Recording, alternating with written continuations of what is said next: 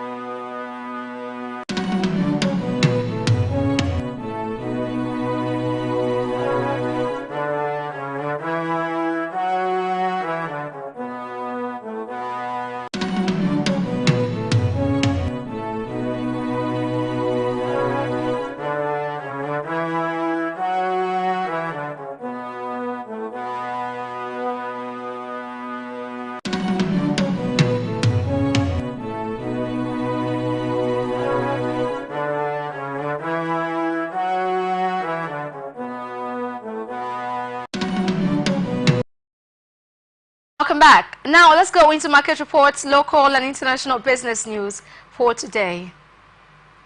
Nigeria National Petroleum Company Limited has disclosed that 134 illegal refineries were destroyed in the past week. The NNPC said 63 illegal pipeline connections were uncovered during the period, while the joint team of security agents discovered a large wooden boat illicitly loading stolen crude oil from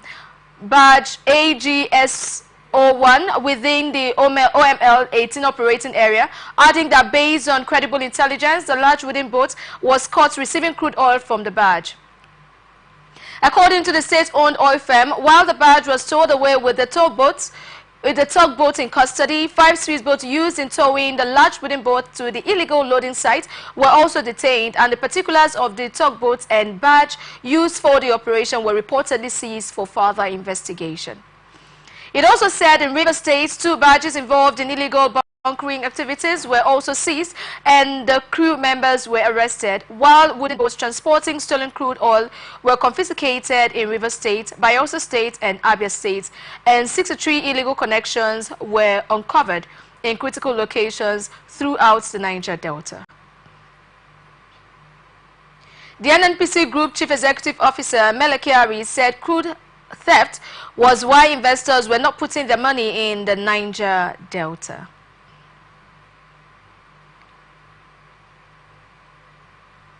According to the Nigeria Bureau of Statistics, crude oil exports contributed 14.56 trillion naira to the country's total exports in the second quarter of the year, making up 74.98% of the total export value. The MBS, in a report titled Foreign Trade in Goods Statistics Q2 2024, said the country's total merchandise trade for the period stood at 31.89 trillion naira, reflecting a decline of 3.76% from the previous quarter, but a 150.39% increase compared to the 12.74 trillion naira recorded in the second quarter of 2023.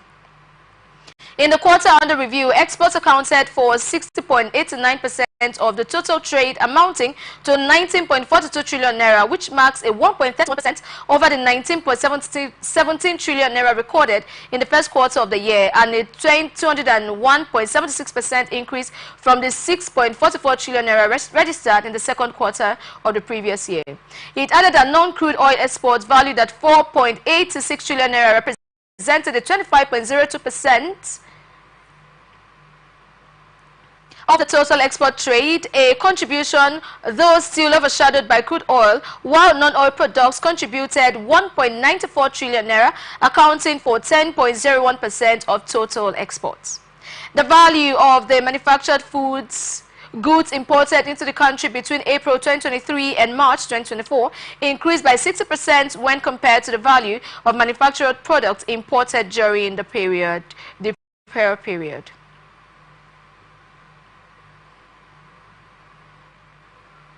Petroleum marketers, refiners, and depot owners in Nigeria have called for the full deregulation of the downstream oil sector, seeking to end government price controls due to subsidies.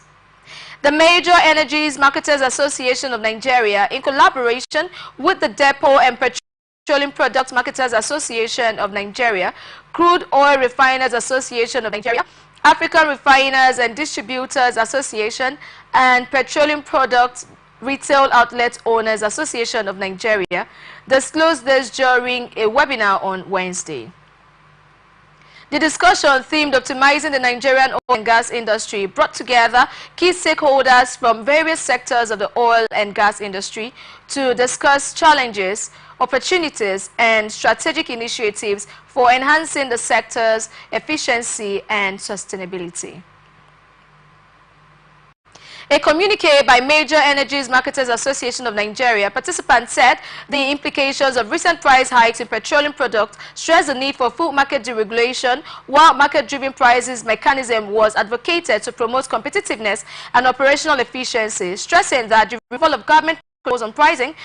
was seen as essential to fostering a more dynamic and responsive industry. The stakeholders called for freedom for marketers to purchase crude oil from all local and international sources, and for refineries to enter into processing agreements with retail companies, and also underscored the importance of transitioning towards cleaner energy sources, including compressed natural gas and liquefied petroleum gas, while calling for a proposal for the establishment of a new committee structure in the petroleum sector, inspired by the Bankers Committee in Nigeria. Nigerian Economic Summit Group says state governors spent the country's $50 billion excess crude account in 2010, which would have served as a buffer for subsidies and other pressing financial concerns of the nation. The Chief Executive Officer of NESG,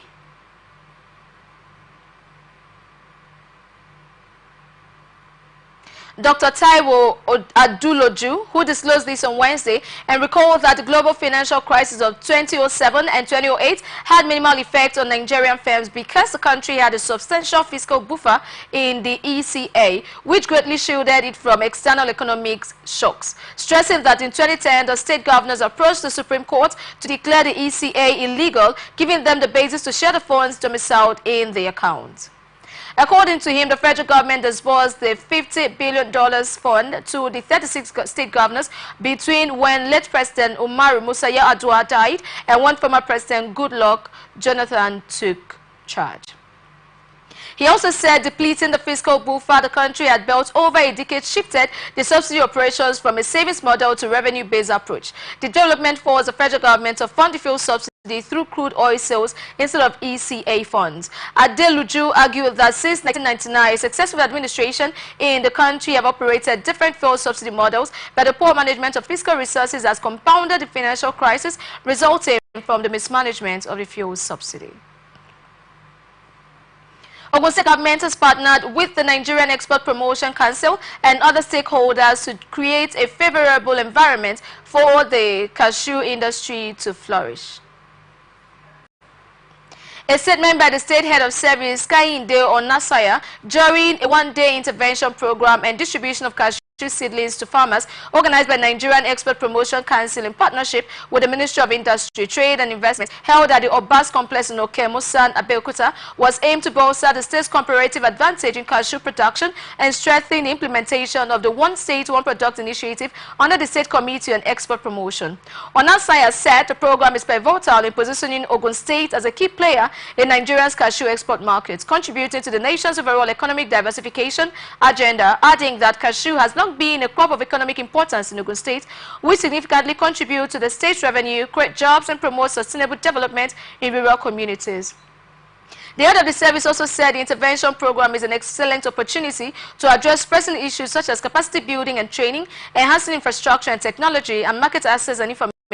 for the cashew farmers to foster a business-friendly environment, and all the stakeholders to remain committed to collaboration while leveraging programs to lay a solid foundation for a vibrant and sustainable cashew industry that would not only benefit the farmers and exporters, but also contribute to the broader economic development of the state and Nigeria as a whole. The host commissioner, Adebola Sofela, said cashew production is a cornerstone of the state's agricultural landscape and a vital contributor to economic well-being, adding that it represents a pathway to prosperity, a source of employment, and a means of sustaining their families, while the NEPC Executive Director and Chief Executive Officer, Noye Ayeni, represented by NEPC Director of Product Development, Evelyn Obidike, said the council is not resting on its oars to move cashew production to an enviable height with the One State, One Product initiative in the state.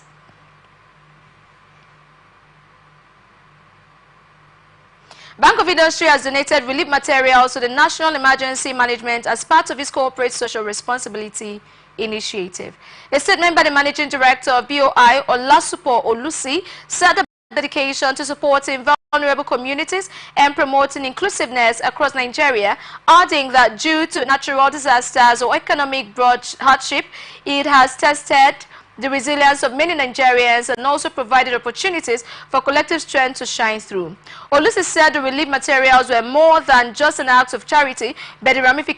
reaffirmation of BOI's commitment to ensuring no one is left behind, and also encourage Nigerians to continue looking out for one another, urging them to offer help whenever possible and remain hopeful in the face of adversity. In her response, NIMA Director General Zubedaya Umar expressed gratitude on behalf of the agency and assured the BOI team that the donated materials will be used for their intended purposes. Minister of Marine and Blue Economy, Adeboyega Oyetola, said Nigeria has vast ocean resources that are still largely unexplored. A statement signed by the head of public relations of the Nigerian Maritime Administration and Safety Agency, Osagi Edward, on the sideline of the planned global workshop on deep seabed build for next week in Abuja, said the government had considered the recent extension of Nigeria's continental shelf, adding that the workshop, which would be hosted by the ministry in collaboration with NIMASA, was part of efforts to harness the blue economy sector for sustainable growth and development in Nigeria. He said the country's hosting of the international workshop would help build local expertise by equipping policymakers and industry professionals with the knowledge and skills necessary to manage deep sea resources sustainably, adding that the workshop would offer hands-on training for Nigerian researchers and stakeholders, allowing them to engage directly with international experts and advanced technologies. Oyetola also said the seminar would provide an opportunity for professionals and stakeholders in Nigeria's maritime sector to collaborate with the federal government in harnessing the resources of the seas and oceans, while also creating jobs and wealth for country, while the deep sea bed lies beyond national jurisdiction and the mineral resources there are considered humanity's common heritage. The former Osun State Governor also said the workshop would cover more than 54% of the world's oceans and present a future source of mineral resources to support an increasing global population, while the challenges related to assessing land-based deposits and provides the rare metals necessary to drive the future renewable economy.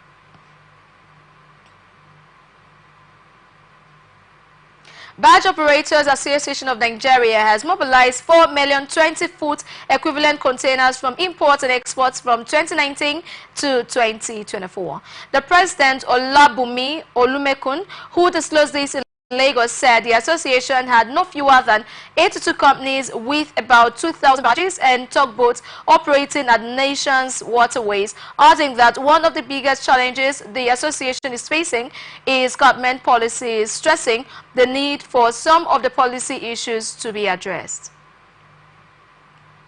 He said the group formed an association as a way of regulating other members to ensure safety on waterways, adding that most accidents involving barge were caused by the operators who were not members of the association, as well as people who entered the business without proper knowledge or understanding. Meanwhile, Barge Operators Association of Nigeria has decried the 50 million naira bank bond slammed on them by the management of the Nigerian Ports Authority before they could be issued or an operating license.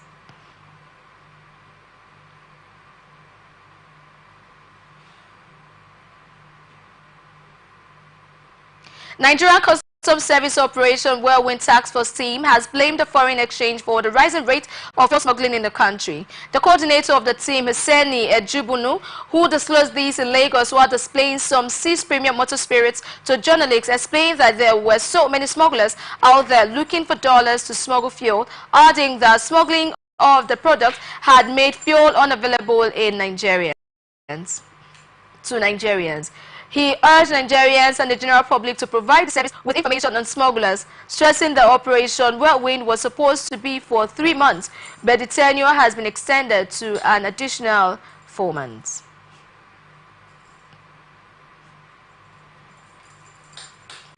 Energy stakeholders say reduction of emissions does not necessitate abandoning oil and gas, but rather requires the adoption of cleaner technologies and sustainable practices. The experts who disclosed this recently at a webinar titled Transitioning Away from Emissions, Not Oil and Gas, organized by the Nigerian Institution of Petroleum Engineers and the Lagos Chamber of Commerce and Industry Professional Practice Group, discussed the role of oil and gas in global emissions and also preferred solutions. A former executive commissioner for development and production at the Nigerian Upstream Petroleum Regulatory Commission, Dr. Niu Habib, said while fossil fuel production contributes to emissions, it was not the largest source of global greenhouse gases, adding that oil and gas will remain key drivers of the global economy for at least the next 50 years. He said oil and gas account for only about 15% of industrial emissions, while the real challenge lies in addressing the broader industrial activities that contribute to greenhouse gases, and also criticize the incomplete financial commitments under the Paris Agreement to support African nations in climate change mitigation. The President and Chairman of the Council, Gabriel Idahosa, called for innovative approaches to decarbonize the economy while maintaining the growth and stability provided by oil and gas resources, adding that the oil and gas sector was vital to Nigeria's economy, accounting for about 90% of export revenues and approximately 60% of government revenue.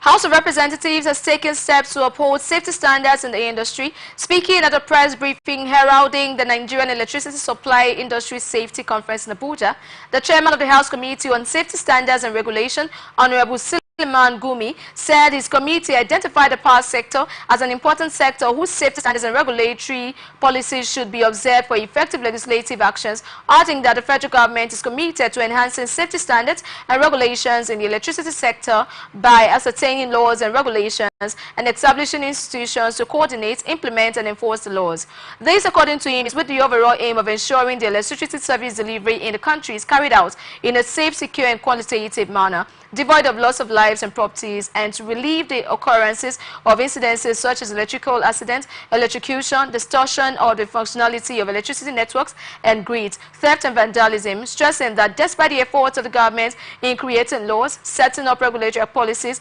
establishing institutions of state and providing guidelines, codes and rules by which operators in the sector should abide, problems still exist.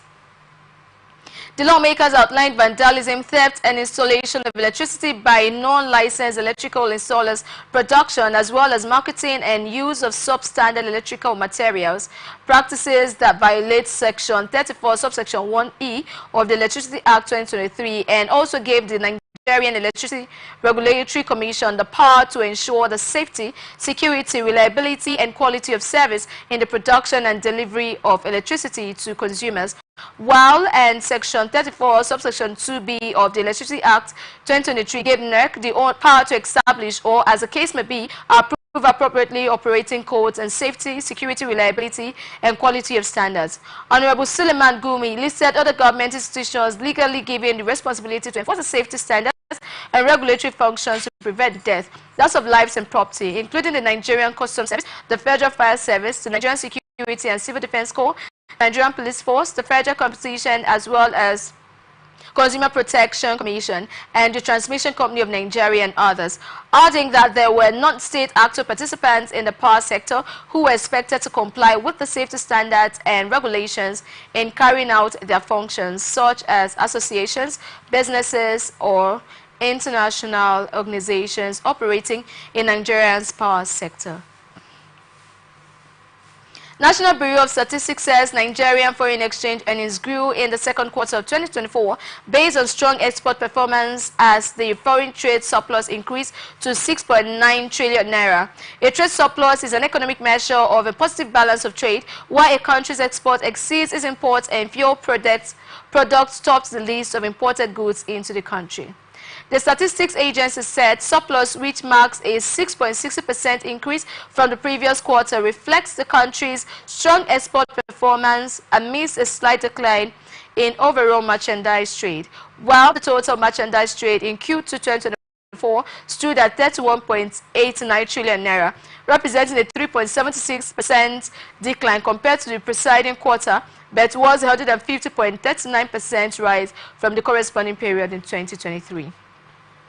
A breakdown of the report showed that Nigeria's export sector continues to be the primary driver of its trade surplus, while in Q2 2024, total exports stood at 19.42 trillion naira, accounting for 60.89% of the country's total trade and represent a 1.39% increase from 19.17 trillion naira in the first quarter and 201.76% surge from 6.44 trillion naira recorded in Q2 2023. The dominance of crude oil export remains a key factor in this performance, contributing 14.56 trillion naira or 74.89% of total exports, while non-crude oil export valued at 4.86 trillion made up 25.02% of the total export value, with non-oil products contributing 1.94 trillion naira. Federal Ministry of Housing and Urban Development has commenced moves to address the issue of a resident untitled land in Nigeria, which currently accounts for 90% of the nation's landmass.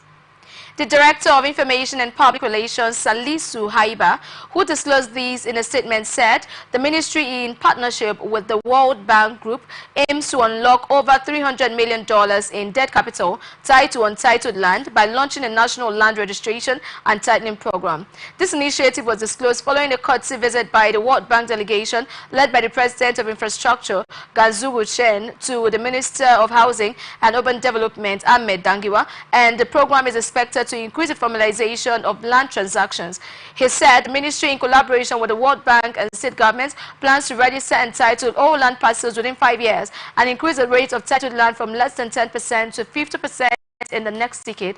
and described it as one of the critical components of the program in the development of a national digital land information system.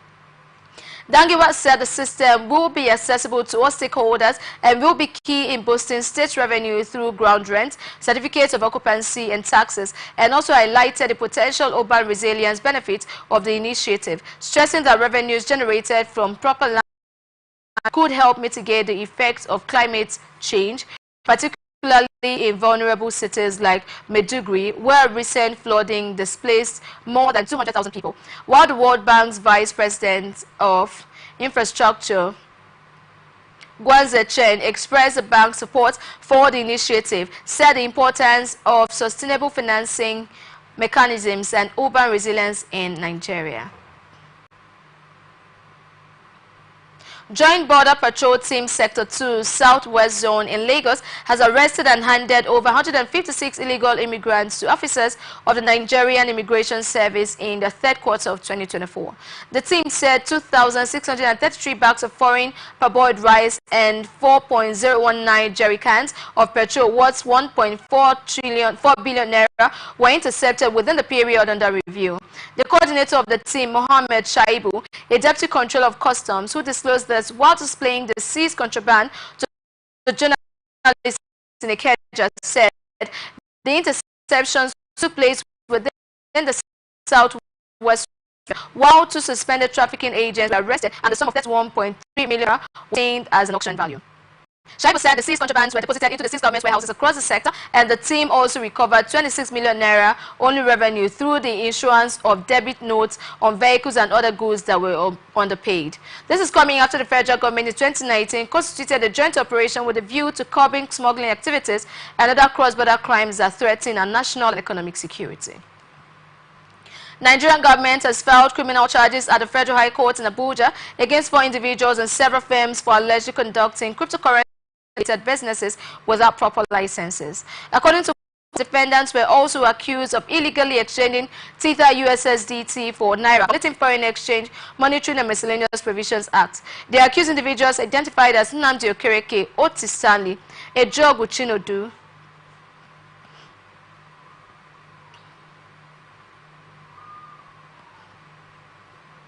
and Chukwebuka Ogomba engaged in specialized financial activities without the necessary licenses, breaching the Banks and Other Financial Institutions Act 2020. While the government is seeking penalties against the defendants and alleging that they contravene the Banks and Other Financial Institutions Act of 2020, the action by the federal government is a part of broader investigation into alleged foreign exchange violations and tax evasion associated with these platforms, which are accused of contributing to the devaluation of the Naira. The CBN Governor, Yemi Cardoso, highlighted that staggering $26 billion have flowed through Binance Nigeria from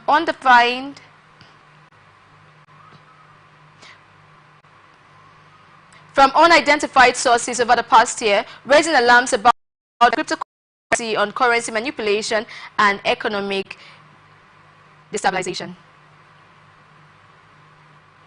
We are open for advert placements, bookings, and commercials, and you can connect with us and watch us on ATN socials, Facebook and YouTube, Atlantic Television Network, Instagram and TikTok, Atlantic TV Network 1, X Mali Twitter, Atlantic TV Net. Watch us live on our website, atlanticnetwork.tv.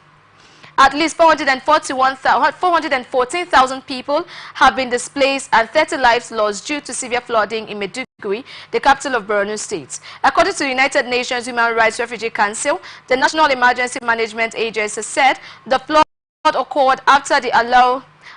Dam overflowed following days of heavy rainfall, marking the town's worst flooding in 3 decades. NEMA spokesperson Manzo Ezekiel, who confirmed the rising death toll and the scale of displacement, while 414,000 people were displaced and are in the 9 IDP camps across the state, while the flood waters swept through major locations, including the Shehu of Borno's Palace, the State Secretariat, the Post Office, the cemetery, and the University of Maiduguri Teaching Hospital. The flood also ravaged the Sanda Kiarimi Park Zoo, killing 80% of the animals and caused widespread damage to homes, schools, commercial buildings, and places of worship. President Bola Tinubu has expressed deep concern over the flood's impact and directed government agencies to intensify rescue and relief operations, while Vice President Kashim Shettima visited Maiduguri to assess the devastation and meet with local officials. Director General of the Securities Exchange Commission, Ememotimi Agama, says 50 cryptocurrency exchanges have applied for operational licenses in the country following the government's change in stance on digital assets. The DG, who disclosed this during a blockchain conference in Lagos, said he had guaranteed approval in principle to 2 digital asset exchanges to begin operations under its accelerated regulatory incubation program, while it also admitted to test their models and technology under its regulatory incubation program. It was introduced by the Securities Exchange Commission to onboard firms that had already begun operations before the release of the rules of virtual asset service providers, and was designed to evaluate the business models of digital assets firms and allow them to test their products, services, and technology in a real-world market environment under the regulator's close supervision. At the time, the SEC said additional license applications were being assessed and that approvals in principle would be granted on a case-by-case basis once the requirements were met, adding that the government is receptive to crypto and blockchain because he had seen the country's youth adopt the technology. While the pace of acceptance of digital assets may vary across different sectors, but will eventually happen. During another fireside chat, Buchi Okoro, Quida's chief executive officer, said regulation helps check operators' activity in the space and protect investors, including the fraud carried out with crypto, while alarming pales in comparison with those done through traditional channels.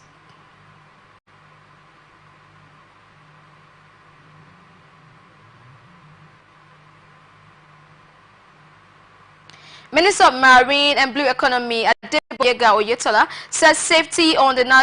nation's territorial and coastal waters is not merely a regulatory obligation, but a critical enabler of economic growth, trade and investment. Speaking at the ongoing Lagos International Maritime Week, Oyetola said that ensuring the safety of the nation's waters is crucial to securing Africa's economic future and unlocking the vast potential of the blue economy, and explained the absence of safety and security will make businesses encounter heightened risk, operational disruptions and diminished investor confidence.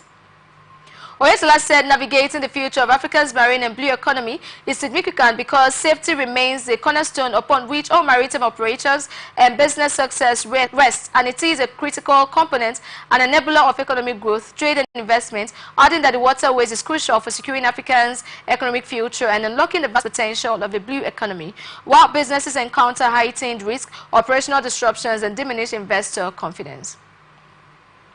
He also said the administration recognizes a compelling need for enhanced maritime security and had recorded a quantum leap in recording maritime crimes, including piracy and smuggling in Nigerian waters and across the Gulf of Guinea. Deputy National President of the National Association of Government-Approved Freight Forwarders, Dr. Shegu Musa, has condemned investments in passenger rail transport system, describing it as a total waste of money.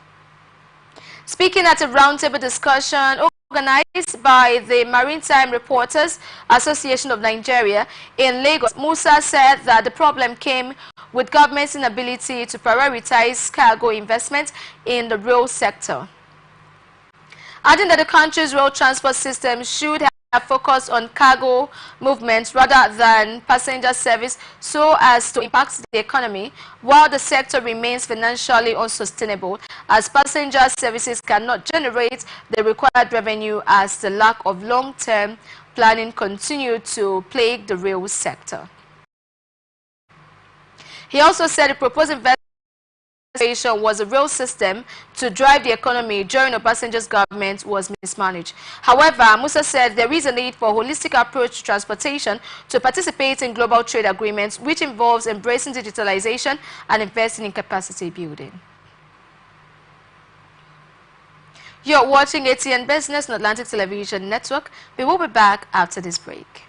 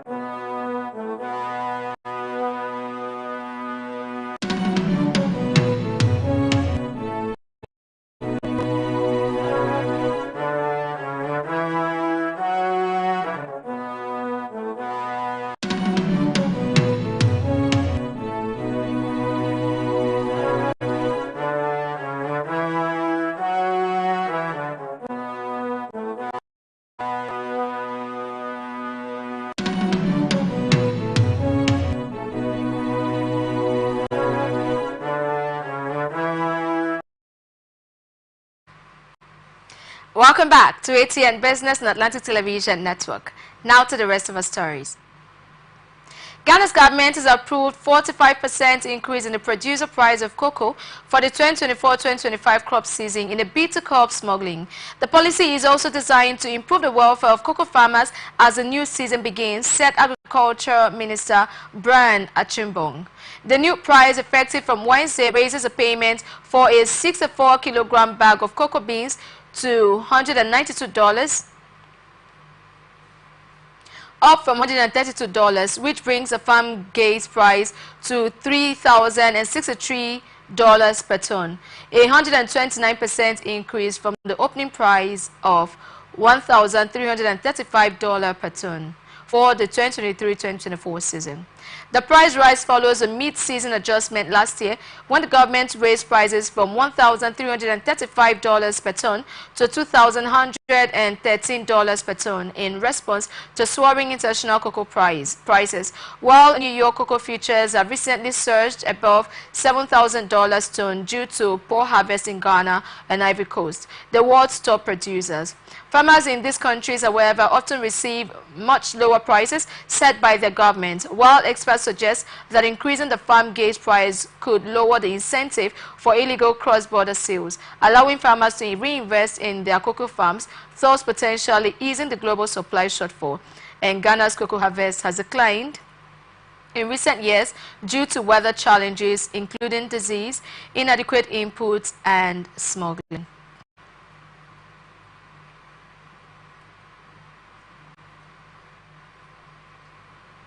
UK national debt is on course to triple over the next half a century due to several pressures. Those pressures include an aging population, climate change, and rising geopolitical tensions. Officer for Budget Responsibility said in a report that without extra tax revenues or a return to post-war productivity level, the public finances were not sustainable over the long term and something had to give. Chief Secretary to the Treasury, Darren Jones, said OBR has laid bare and shocking states that our public finances were left in by the previous government. By 2071, the OBR projects the equivalent of a more than £200 billion per year increase in public spending on health, social care, pension and related benefits, and its fiscal risk and sustainable reports claims the previous and current UK government's aspirations to raise defense spending to 2.5% of GDP would add pressure to the public finances. Inflation in the U.S. continued to cool last month, official figures showed, and rising confidence that the U.S. Central Bank will cut interest rate next week. Consumer prices rose 2.5% over the 12 months to August as prices for petrol, used cars and trucks and some other items fell. That marks the slowest pace since February 2021 and was down from 2.9% in July, despite an unexpected rise in housing costs. The Labour Department figures come during the presidential campaign, in which rising living costs have been a key issue, while the data increased the likelihood that the Federal Reserve would cut interest rate by 0.25 percentage points at its meeting next week, but reduce the odds of bigger cuts. The data shows price pressure is fading for key household items, and the grocery prices, which were surging just a few years ago, were unchanged from July to August and are up less than 1% from a year ago. This is where we wrap up on the edition of ATM Business and Atlantic Television Network right here in the city of Port Harcourt. I am Wendy Aguma. We are open for advert placements, bookings and commercials. Stay connected on ATN socials, Facebook and YouTube, Atlantic Television Network, Instagram and TikTok, Atlantic TV Network 1, X formerly Twitter, Atlantic TV Net. Watch us live on our website, atlanticnetwork.tv. Peace and unity are the pathways to progress. Up next is ATM Politics with Riken. Thank you for watching and good afternoon.